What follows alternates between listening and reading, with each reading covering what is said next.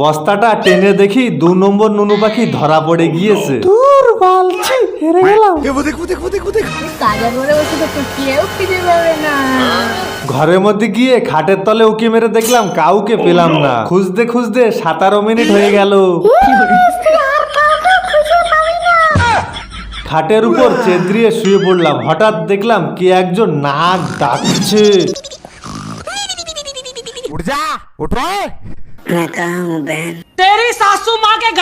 ধর্মবীরের কাছ থেকে 100 টাকা নিয়ে হাতে আছে আর 6 মিনিট, তাই খুঁজতে বেরিয়ে পড়লাম আর একজন নুনু পাখিকে। এক গাছতলায় এসে মাথা ঠেকিয়ে দাঁড়িয়েছিলাম। হঠাৎ দেখি উপর থেকে টু টু করে পাখির আওয়াজ আসছে। উপরের দিকে তাকিয়ে দেখি 4 নম্বর নুনু পাখি ঘটের মতন বসে আছে। এ ভগবান, আমি আজকে বাঁচবো না, মাথা পিটিয়ে পিটিয়ে শেষ হয়ে যাবো। গাইজ, আমি 29 মিনিটের মধ্যে সব টাকা জিতে গেলাম। নুনু পাখিদের হাতে 100 টাকা তুলে দিলাম, এটাকে তোরা ভাগ করে খাস। ফোনটা বন্ধ কর।